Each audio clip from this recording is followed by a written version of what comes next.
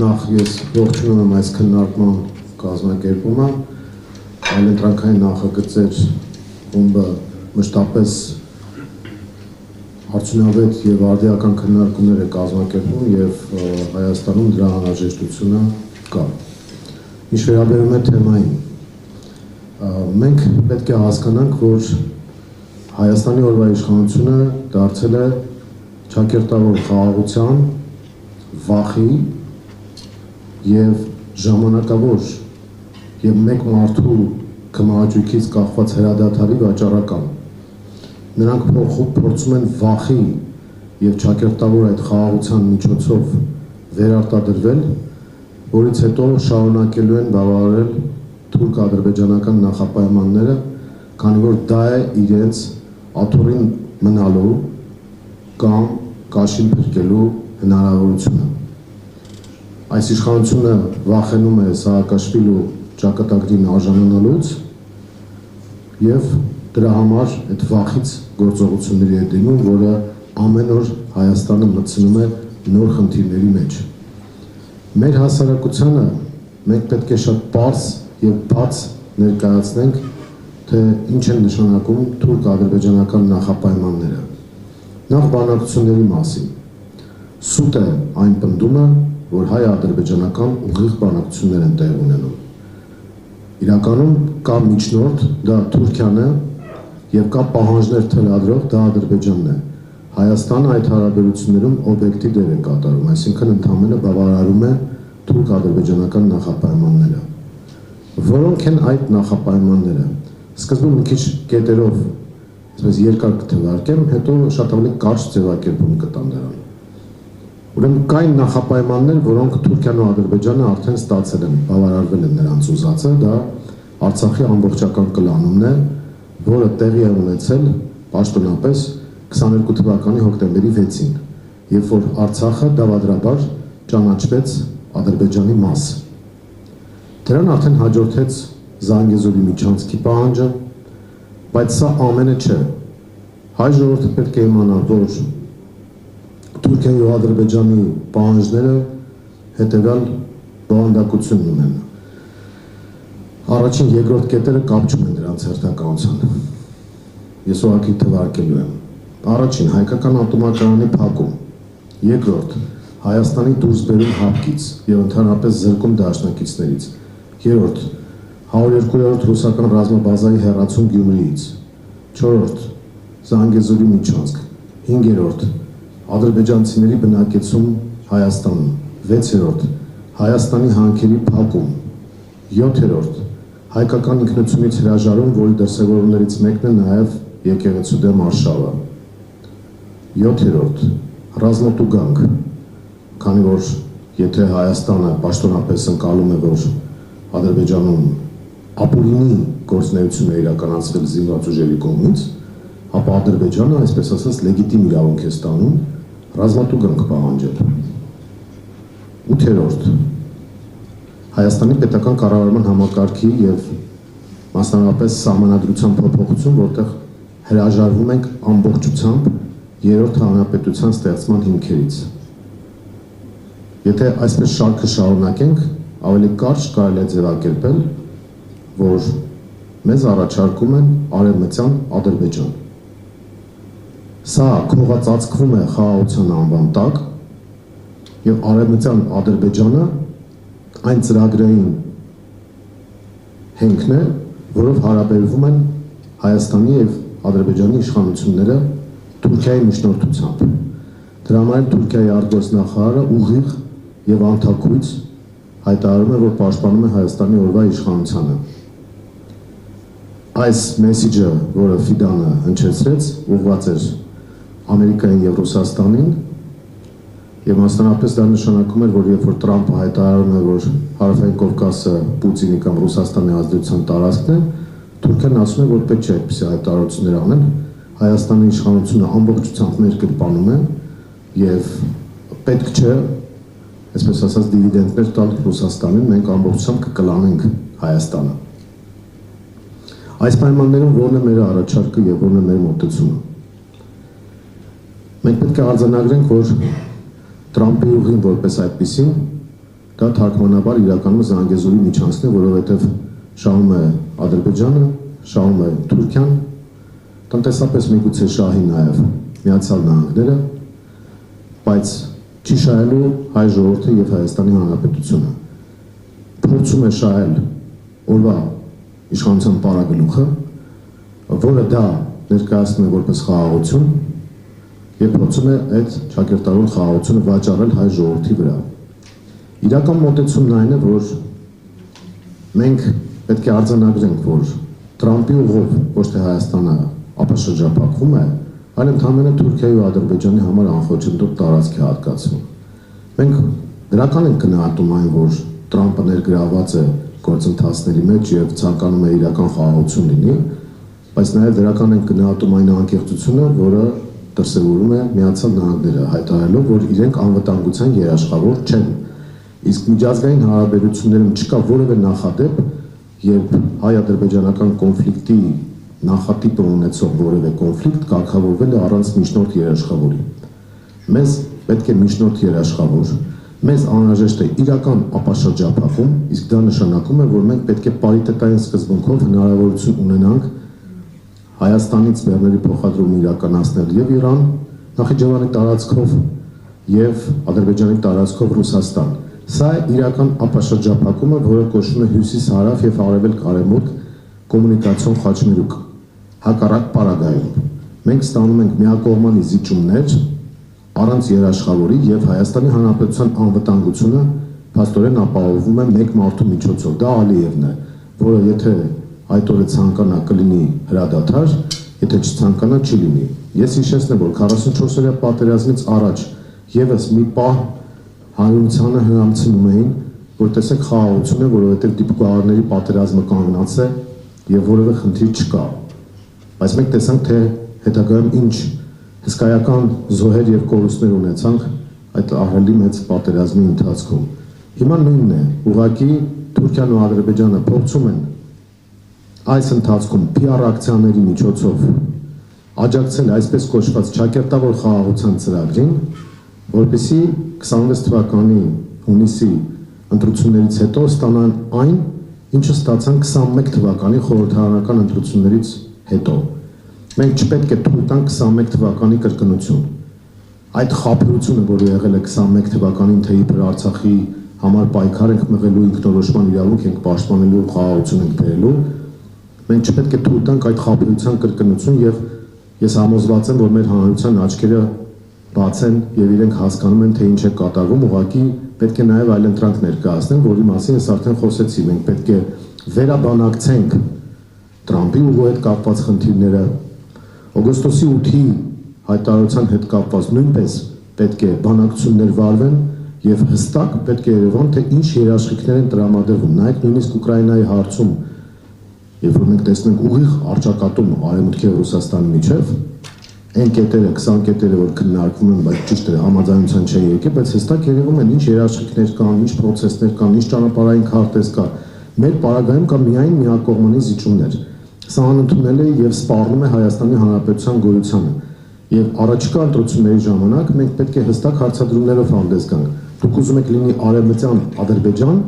թե Հայաստանի Հանրապետություն։ Դուք ուզում եք, որպեսզի Հայաստանը ունենա բնական եւ իրական դաշնակիցներ,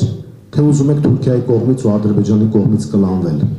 Դուք ուզում եք Հայաստանի իրական տնտեսական աճ, իրական ապաշրջափակման միջոցով, թե ուզում եք Զանգեզուրի միջանցք եւ Հայաստանի Հանրապետության վերացում։ Դուք ուզում եք տնտեսական ներառական հարաբերություններ, թե ուզում եք, որ օրվա իշխանությունները իրենց հեղափոխական օլիգարխների գրպանները լցնեն, իսկ հասարակությանը նետեն փշրանքներ, դրանք քողածածկելով տարբեր տիպի շոուներով։ Դուք ուզում եք, որ մեր հանրությունը լինի պառակտված, ատոմիզացված, թշնամացած, թե ուզում եք կարևորագույն հարցերով ունենալ միասնական հասարակություն։ Դուք ուզում եք, որպեսզի թոշակառուները անապահով եւ անարժանապատիվ կյանքով ապրեն, թե ստանան գոնե նվազագույն սպառողական զամբյուղին համարժեք գումարներ։ Դուք ուզում եք փոքր ու միջին բիզնեսը զարգանան, թե ճկռեն օրվա իշխանությունների դրած հարկերի տակ։ Սրանք այլընտրանքներ են, որոնց հետ կապված պետք է ընտրություն կատարի մեր հասարակությունը եւ ես համոզված եմ, որ եթե քաղաքական ընդդիմադիր դաշտում adekvat եւ միասնական մոտեցում ցուցաբերվի, ապա այս իշխանությունները որևէ շանս չունեն վերարտադրության եւ կարևորագույն խնդիրը այն է, որ մենք հանրությանը համոզենք, բացատրենք, ներկայացնենք, որ պետք է ներկայանալ ընտրության, պետք է մասնակցել քվեարկությանը եւ քաղաքական աղբանոց ուղարկել օրվա տխրահարճակ իշխանությանը։ Այսքան է, եթե կլինեն ընթացքում հարցեր։ Ուրեմն մենք խելագարության կանխավարկածով չենք առաջնորդվում, որ ասենք, որ գալու ենք ու Ամերիկային պատերազմ հետարել։ Ընդհակառակը մենք Ամերիկայի հետ նորմալ հարաբերություններ ենք հաստատելու եւ Տրամպի պրագմատիկ քաղաքականությունը պետք է փոխլրացնել։ Հետևյալով, եթե դուք ուզում եք, որ լինի ապաշրջափակում, ապա մենք պարիտետային սկզբունքով պետք է ստանանք հնարավորություն։ Ովքեր են շահագրգռված, որպեսզի մենք պարիտետային հնարավորություն ստանանք։ Տրամպը բնականաբար շահագրգռված չի լինի, որ Հայաստան-Իրան հարաբերությունները զարգանան, բայց Իրանը հաստատ շահագրգռված կլինի, հետևաբար մենք կարող ենք այդ հարցադրումը դնել։ Հաջորդը, մենք կարող ենք Ռուսաստանին ներգրավել, ասելով, որ մենք ուզում ենք կոմունիկացիոն կապ Ռուսաստանի հետ, նույն ապաշրջափակման տրամաբանությամբ եւ նրանք շահագրգռված են դրանում։ Ռուսաստանը նաեւ շահագրգռված կլինի, որպեսզի որպես միջնորդ երաշխավոր ներգրավվի եւ միգուցե այստեղ մենք ստանանք մի պատկեր, որը ունեցել ենք Արցախյան հակամարտության ամբողջ ընթացքում, երբ որ արևմուտքում նույնիսկ հակասությունների կամ շահերի համադրության ընթացք կար, բայց ՀԱԿ Մինսկի խումբը աշխատում էր Ֆրանսիա, Ռուսաստան, Միացյալ Նահանգներ ֆորմատով։ Այստեղ նույնպես կարող ենք մենք սարքել կետ, որտեղ նրանք կարողանան համադրել շահերը եւ դա հնարավոր է իրականացնել, որովհետեւ շահագրգիռ կողմեր կան, հատկապես եւ Միացյալ Նահանգները բացահայտ հայտարարում է, որ սա անվտանգային առումով ինքը դիտարկում է որպես ռուսական գոտի եւ այդտեղ նրանց համագործակցությունը հնարավոր է։ Թուղթը դեռ Տրամպի վերջնականապես ստորագրված չէ։ Դա կարելի է վերաբանակցել, լրացնել, պարիտետային սկզբունք դնել եւ բանակցել ի վերջո։ Երբ որ մենք խոսում ենք արցախահայության վերադարձի իրավունքի մասին, դա այն մասին է, որ մենք դրա լեգիտիմ իրավունք ունենք եւ դա process է, որը հնարավորություն է տալու հայկական դիրքերը պաշտպանել։ Եթե դու միջնորդ երաշխավոր չունես, դու անընդհատ զիջելու ես ու վերջանա գնա։ Եվ կա միջազգային փորձը ի վերջո։ Մենք պետք է դուրս գանք այդ հակամարտության տիրույթից։ Վրաստանը 2008 թվականին Սահակաշվիլի տարբերակով գնաց այդ տիրույթ եւ կորցրեց Աբխազիան եւ Հարավային Օսիան։ Հիմա հասկացել են Վրաստանի իշխանությունները, որ դա չի կարելի անել եւ Վրաստանը, որը Հայաստանի հարևան է եւ համարյա համարժեք հնարավորություններ ունի եւ բնակչության եւ տարածքի եւ այլն առումով, իհարկե կոմունիկացիոն բաց համակարգերը դեռ չհաշված, Վրաստանում 50% ավելի տնտեսական աճ է։ Մարդիկ գնում Վրաստան, տեսնում են, որ գները առաջին անհրաժեշտության ապրանքների, շորերի եւ այլնի հետ կապված զգալիորեն էժան են։ Ընդ որում էժան են պարագայում, երբ որ ՀԱՏՄ ապրանքներն են Վրաստանում վաճառվում, իսկ մեր մոտ մենք ՀԱՏՄ անդամ լինելով ավելի թանկ ապրանքներ ու ծառայություններ ունենք։ Եվ սա մի իշխանության օրոք, որը գալուց առաջին իսկ բայց ասում էր բանանի գինը էժանացել է, հիմա պայմանական ասած ամեն ինչ դառել է բանանի գին։ Իրենք խոշոր օլիգարխներ են դարձել եւ այս իշխանությանը կից օլիգարխներից միայն մեկի տարեկան շրջանառության այդ եկամուտը կազմում է 1.5 միլիարդ դոլար։ Իրանք ինչ թալանից են խոսում, ինչ տնտեսությունից են խոսում։ Այսինքն այս առումով մենք այդ հնարավորությունները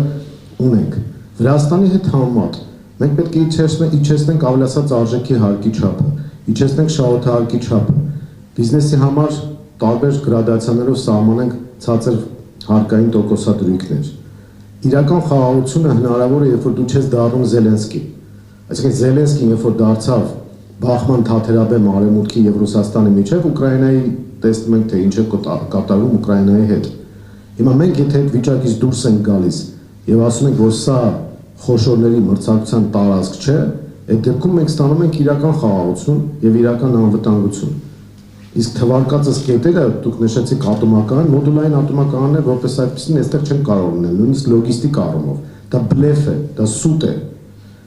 Նույնը Ֆրանսիայի դիրքորոշումը նայեք։ Մի ժամանակ հիշում եք, ասում են Ֆրանսիայի վարկանիշը բավական բարձր է, որովհետեւ Մակրոնը մի անգամ թփթփացրել էր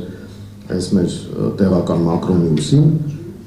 եւ հայերեն ինչ-որ չգիտեմ, գրառում էր արել կամ հայերին հաջողանալու համար ինչ-որ բաներ արել։ Մակրոնը, Միշելը, Բորելը, Բայդենը ուղիղ պատասխանատվություն են կրում Արցախի կորստի համար եւ Արցախի էթնիկ զտման համար։ Դրանք հանցագործներ են, որոնց միջնորդությամբ է Արցախը դատարկվել եւ որոնց միջոցով է էթնիկ զտումը տեղի ունեցել։ Հիմա դրանց վրա մենք անվտանգության հույս ենք դնում։ Տեսնեք, արդեն Ֆրանսիայի թեման փակված է։ որովհետև այդ մարդիկ մոռացել են արդեն, իսկ իրականում հիշում եք ինչ էին անում։ Պրագայից հետո երբ որ մենք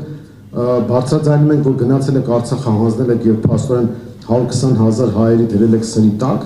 ասում են չէ, մենք այնտեղ էթնիկ հայերի անվտանգությունը կապահովենք, Միշելի ձևակերպումներ հայտարարությունից հետո։ Դրանից հետո սկսեցին խաբել, ասել որ չէ, այդպիսի բան չկա, մենք չենք հանձնում Արցախը։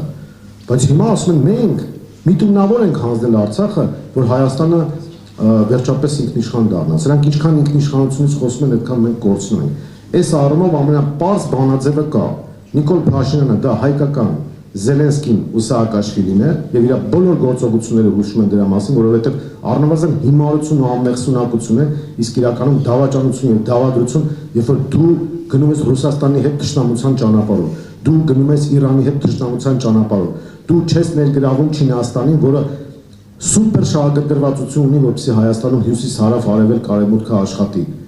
Եթե մենք ասում ենք ներգրավվածություն, դուք նայեք նույն Վրաստանը, ինչ ներդրումներ են անում ենթակառուցվածքների զարգացման վրա Չինաստանը։ Անագլիայի ամբողջ նավահանգիստը չինական կապիտալով է կառուցվում։ Միացյալ Արաբական Էմիրությունները ուրեմն 6 միլիարդ դոլարի պայմանագիր են կնքել, որպեսզի ներդրումներ անեն։ Հայաստանը միայն խոսում է այդ մասին, բայց ոչ մի իրական բան չկա։ Սա է իրական խնդրեմը, որ ես տեսնում եմ, եւ մենք հնարավորություն ունենք դա հաղթահարելու։ Սա բացահայտ է, ակնհայտ է։ Մեզ պետք է ոչ թե Սաակաշվիլի եւ Զելենսկի, այլ մեզ պետք է մեր տեղական իշխանություն, որը այլոց ու առավել եւս Թուրքիայի ու Ադրբեջանի շահերով չի առաջնորդվելու, սա է մոտեցումը։ Շնորհակալություն, պարոն Թոյան, եթե ձեր միտքը հիմնական ամփոփեմ, հա, ես ինձ իրավունք վերապահեմ, դուք ասում եք, որ շատ էլ լավ կա այլընտրանք, այս կեղծ թեզերին եւ եթե լինի ռացիոնալ, պրագմատիկ ազգային իշխանություն, շատ հանգիստ կարող է կառավարել այս վիճակը եւ երկիրը տանել խաղաղ եւ ժամանակակից պետության կառուցման ճանապարհին։ Տիկին Վարդանյան, քիչ առաջ ասացինք, որ իրավական անվտանգությունն է լրջագույն սպառնալիքը, որտեղ չի կարող լինել երկրի ներսում ստրատեգիական խորքում սահմանադրության օրենքների բացահայտ խախտում ամբողջական պետական ինստիտուտների փոխարինում մեկ անձով այդ երկիրը դառնում շատ թույլ եւ դիմադրությունից զուրկ եւ չի կարող այդ երկիրը սահմանին ունենալ վստահ կեցվածք։ Ես ուզում եմ դուք խոսեք, եթե դեմ չեք իհարկե, իրավական անվտանգության տեսակետից ինչ է կատարվում, ուր ենք հասել եւ ուրա տանելու այս ընթացքը։